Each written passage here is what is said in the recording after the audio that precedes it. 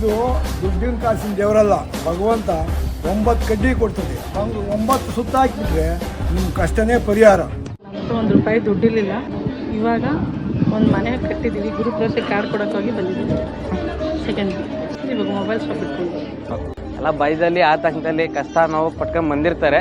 ಇಲ್ಲಿಗೆ ಬಂದಾದ್ಮೇಲೆ ಏನೋ ದೇವ್ರ ದಯೆಯಿಂದ ಖುಷಿಯಾಗಿ ಒಂಚೂರು ನೆಮ್ಮದಿಯಿಂದ ಹೋಗ್ತಾರೆ ಸರ್. ಇಲ್ಲಿ ಒಲೆ ಆರಂಗಿಲ್ಲ, ಊಟ 24 ಗಂಟೆ, ಯಾರೇ ಬಂದರೂ 24 ಗಂಟೆ ಊಟ ಇದೆ.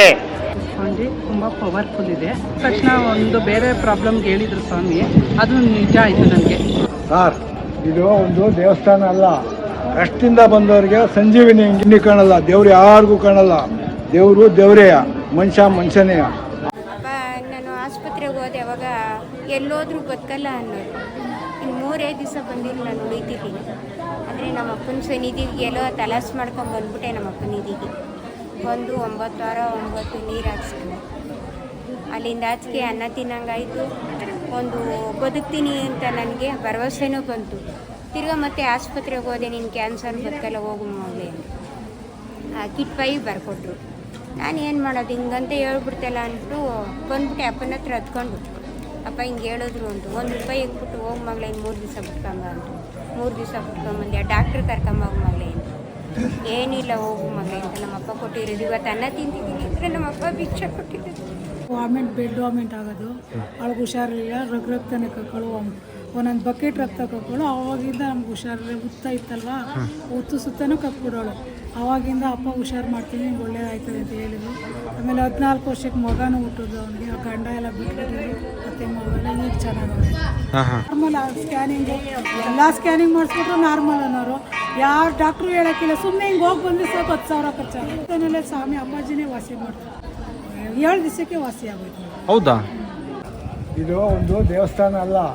ಕಷ್ಟದಿಂದ ಬಂದವರಿಗೆ ಸಂಜೀವಿನಿ ಹಿಂಗೆ ಇದು ನಮ್ಮನ್ನು ನರಮನುಷ್ಯನ ಮುಂದಕ್ಕೆ ತಂದಿರೋದು ಭಗವಂತ. ಇದು ಮಾದಗನಹಳ್ಳಿ ನಮ್ಮದು ಅಂಚೆ, ಇದು ಕಳ್ಳಿಪಾಳ್ಯ ಅಂತ.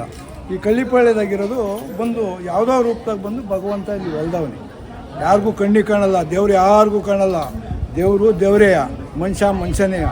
ಆ ಥರದೊಳಗೆ ಇದು ಬಂದು ಬಡವರನ್ನ ಮೇಲ್ಕೆತ್ತದು. ಇಲ್ಲಿ ಶ್ರೀಮಂತರು ಬಡವರು ಭೇದ ಭಾವ ಅನ್ನೋದು ಏನೂ ಇಲ್ಲ. ಇಲ್ಲಿ ಎಲ್ಲರೂ ಒಂದೇ ಭಗವಂತನಿಗೆ ನ್ಯಾಯ ಒಂದೇ. ಸುಳ್ಳು ಹೇಳ್ಬಾರ್ದು, ಮೋಸ ಮಾಡಬಾರ್ದು. ಇದಿದ್ದರೆ ಭಗವಂತ ಯಾರನ್ನೂ ಮುಂದಕ್ಕೆ ಬಿಡಲ್ಲ. ಇದು ದುಡ್ಡಿನ ಕಾಸಿನ ದೇವರಲ್ಲ, ಭಗವಂತ 9 ಕಡ್ಡಿ ಕೊಡ್ತದೆ. 9 ಸುತ್ತ ಹಾಕಿಬಿಟ್ರೆ ನಿಮ್ಮ ಕಷ್ಟನೇ ಪರಿಹಾರ. ಯಾವ ದುಡ್ಡು ಯಾರನ್ನೂ ಕೇಳಲ್ಲ. ದುಡ್ಡು ಕೊಡು, ನೀನು ಕಾಸು ಕೊಡು ಅಂತ ಯಾವತ್ತೂ ಇಲ್ಲಿ ಕೇಳೋಂಗೇ ಇಲ್ಲ. ಆಮೇಲೆ ದಿನ ಇಲ್ಲಿ ಅನುದಾನ, ಬಡವರು ಬಗ್ಗರು ಮೋಟ್ರು ಎಂಥವ್ರು ಬಂದರೂ ಅನುದಾನ ಇಲ್ಲ ಅನ್ನೋ ಕೂಡ್ದು. ಇಲ್ಲಿ ಒಂದು ವಿದ್ಯಾಭ್ಯಾಸಕ್ಕೂ ಅಷ್ಟೇ, ಒಂದು ಭಗವಂತ ಅವರು ಅವಿದ್ಯಾವಂತರು, ಸ್ವಾಮಿಗಳು ಅವಿದ್ಯಾವಂತರು, ಅವ್ರಿಗೇನು ಗೊತ್ತಿಲ್ಲ. ಅಂಥವ್ರು ಇವತ್ತು 450 ಮಕ್ಕಳವೆ, ಅವ್ರಿಗೆಲ್ಲರಿಗೂ ಫ್ರೀ ಎಜುಕೇಷನ್, ಫ್ರೀ. ಯಾವ ದುಡ್ಡು ಕಾಸು ಅಲ್ಲೂ ಕೇಳ್ತಾ ಇಲ್ಲ ಮಕ್ಕಳಿಗೆ. ಹೇಳಿದ್ರೆ ಅಮ್ಮ ಯಾರೋ ಆ ಅಮ್ಮನ ಮಗಳಿಗೆ ರಕ್ತ ಅಂತ ಮಾತಾಡ, ಅವ್ರಿಗೂ ವಾಸಿ ಆಯಿತು. ಇನ್ನೊಬ್ರಿಗೆ ಮಕ್ಕಳಿಲ್ಲ, ಮಕ್ಕಳಾಗಿವೆ. ಆಮೇಲೆ ಪ್ರತಿಯೊಬ್ಬರಿಗೂ ಯಾವ್ದು ಬೆಂಗಳೂರಿನವ್ರು ಸುಮಾರು ಜನ, 100 ಜನ ಇಲ್ಲಿ ಬಂದು ಹೋಯ್ತಾವ್ರೆ, ಮನೆ ಕಟ್ಕೊಂಡವ್ರೆ. ಬಡದಂಥ ಕೂಲಿ ಇದ್ದವರು ಇವತ್ತು ಮೇಲ್ಕೋಗ್ಯಾರ. ಅದು ಭಗವಂತನಿಗೆ ಗೊತ್ತು, ನಮಗೂ ಗೊತ್ತು, ನಾವು ನೋಡಿದ್ದೀವಿ. ಯಾವ ತೊಂದರೆನೇ ಇಲ್ಲ. ನೀವು ಬನ್ನಿ ಒಂದ್ಸತಿ ಬಂದು ನೋಡಿ, ಆಮೇಲೆ ನೀವೇ ಬರಬೇಕು, ನಾವೇನು ಹೇಳಂಗಿಲ್ಲ. ನಮ್ಮ ಅಪ್ಪ ಜಡಮನೇಶ್ವರ ಹೊಡೆದ ಕಷ್ಟ ಪಾಕಾದ ಇವನಿಂದ ನಾನು ಕುಟುಂಬ ಸುಖವಾಗಿದ್ದೀನಿ.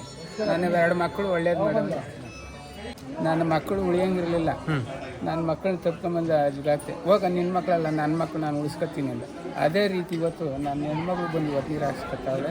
ನನ್ನ ಮಗಳ ಕುಟುಂಬ, ಮಗ ಮದುವೆ ಮಾಡ್ದನಪ್ಪ, ಎಲ್ಲೆಲ್ಲೋ ಕಟ್ಕೊಂಡೆ ಕೊಡ್ತೀನಿ ಹೋಗಪ್ಪ, ಕೊಟ್ಟು ನನಗೆ ಅಷ್ಟು ಹೆಲ್ಪ್ ಮಾಡಿ ನನ್ನ ಮಗಳನ್ನ ಅಷ್ಟು ಉದ್ದಾರವಾಗಿ ಬಸ್ ಹಾಕಿ 9 ಕಡ್ಡಿ ಹಿಡ್ಕೊಂಡು 9 ರೌಂಡ್ ಸುತ್ತಾಕಿ ನಮ್ಮ ಕಷ್ಟನೆಲ್ಲ ಕುರ್ತ್ಕೊಂಡು 9 ರೌಂಡ್ ಸುತ್ತಾಕ್ಬೇಕು.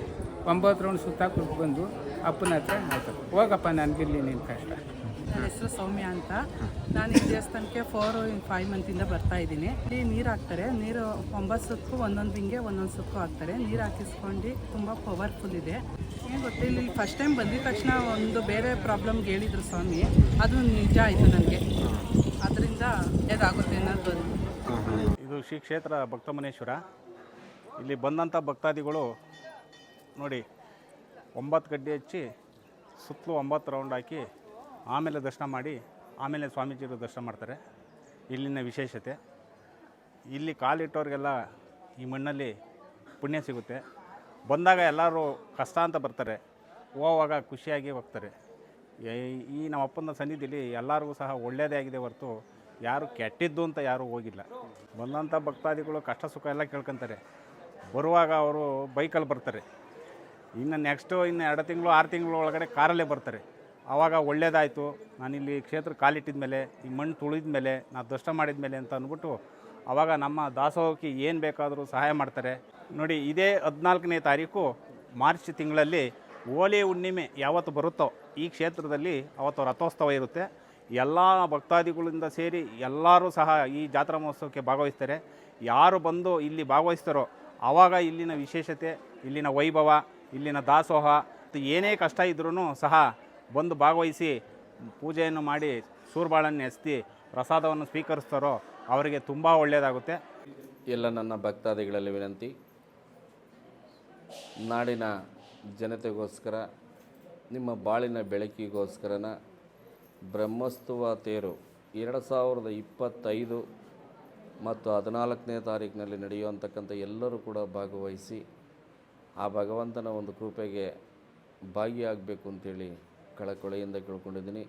ಶ್ರೀ ನಿಮ್ಮ ರಂಗನಾಥಾನಂದ ಸ್ವಾಮೀಜಿಗಳು ಕೊಟ್ಟಂಥ ಆಜ್ಞೆ, ನಾನು ನಿಮ್ಮ ಜೊತೆಯಲ್ಲೇ ಇದ್ದು ನಿಮ್ಮ ಉಸಿರಾಗಿದ್ದು ನಿಮ್ಮ ಸಂಕಷ್ಟಕ್ಕೆ ನಾನು ಭಾಗಿಯಾಗಿದ್ದೀನಿ. ಇದು ಖಂಡಿತ ಸತ್ಯ ಸತ್ಯ ಸತ್ಯ.